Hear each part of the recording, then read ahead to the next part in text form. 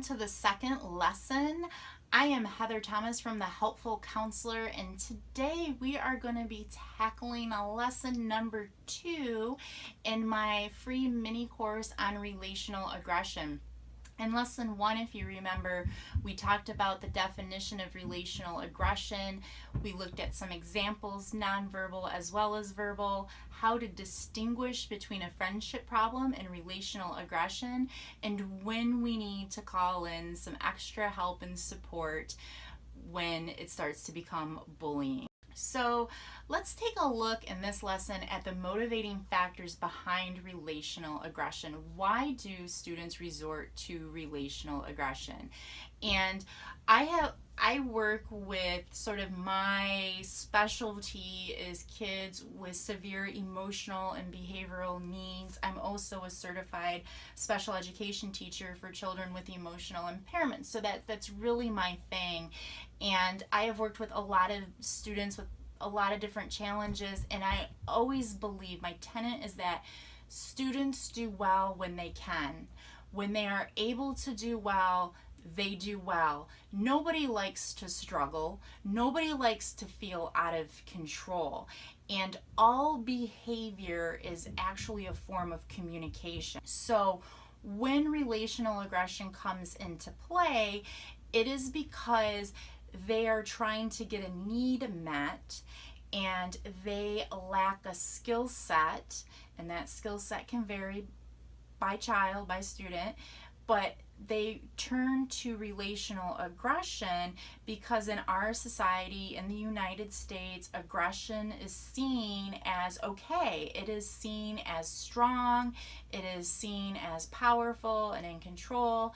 So when students want to feel power and control and strong and successful and all that, and they don't have the skill set to do that in a socially acceptable way, then they develop these maladaptive behaviors, one of those being relational aggression. So let's go ahead and dive in. There are 4 motivating factors, and the first one is the need for a sense of power. So when students, people in general, feel powerless, they will start to become aggressive in a attempt to get some of that power back.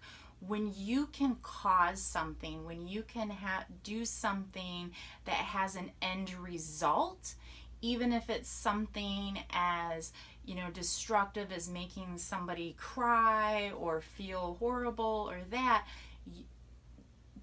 was something that they did that got a reaction, that got an effect, and that they were able to create that. So by creating that effect, they then feel powerful and that in control. So when you're able to impact other people or get other people to do things that you want to do and manipulate people around you, it makes you feel powerful. And it's a very precarious sense of power because it only lasts as long as the aggressive behavior lasts, and that people are only usually compliant out of fear, and it's not out of respect or a real sense of leadership. Okay, so let's go on to number 2. So number 2 is a sense of control. So students will engage in relational aggression to establish a sense of control. So it might be that they want to, that things are going on in their life that they don't have control over. Maybe their parents are going through a divorce.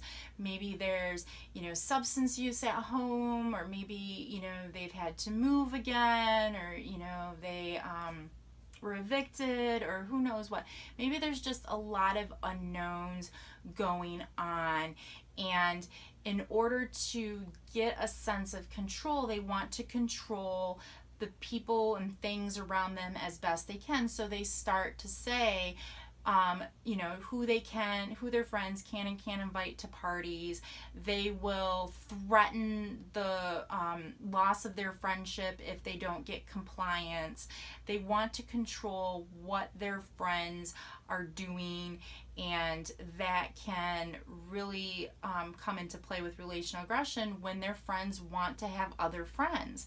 And so they sort of, just want to latch on, and they don't want to let other people into their friend's life or that sort of thing, and they want to control who's in their social circle. So maybe if they have a group of friends, they don't want to let some unknown person that might start like a new tradition that they don't like, or they don't want something new, or where are they gonna sit. That's a big one. I know I have 3 kids that go to middle school, and where do you sit at lunch? And if there's only 6 spots and the new person joins your friendship group and now there's 7, who's gonna sit where?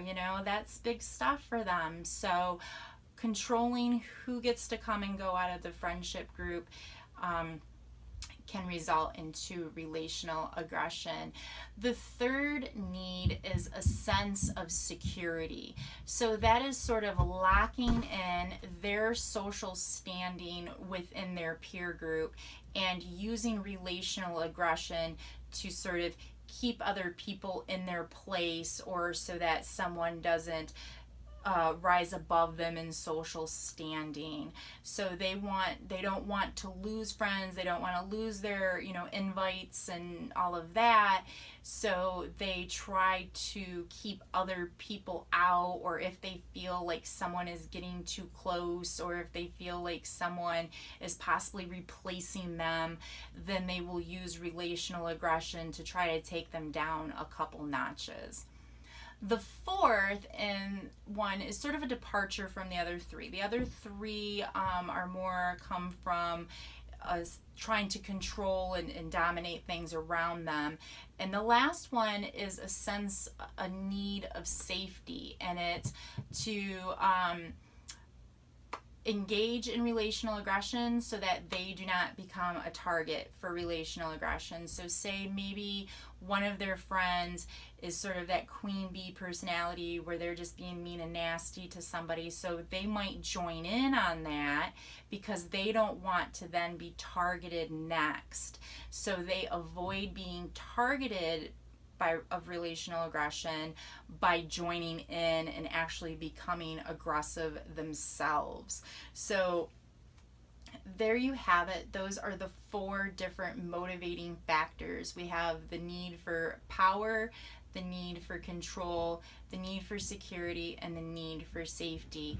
In this lesson, I have included a download for you, and what I would like for you to do to sort of kind of get the mental juices flowing is to brainstorm what you can do, what you can provide, offer your students to meet those 4 different needs, so that way they have some options, and that way they are aware of these options, and how can they become involved in your school, how can they get the sense of power and control and security and safety instead of choosing and relying on maladaptive behavior that is going to harm somebody else.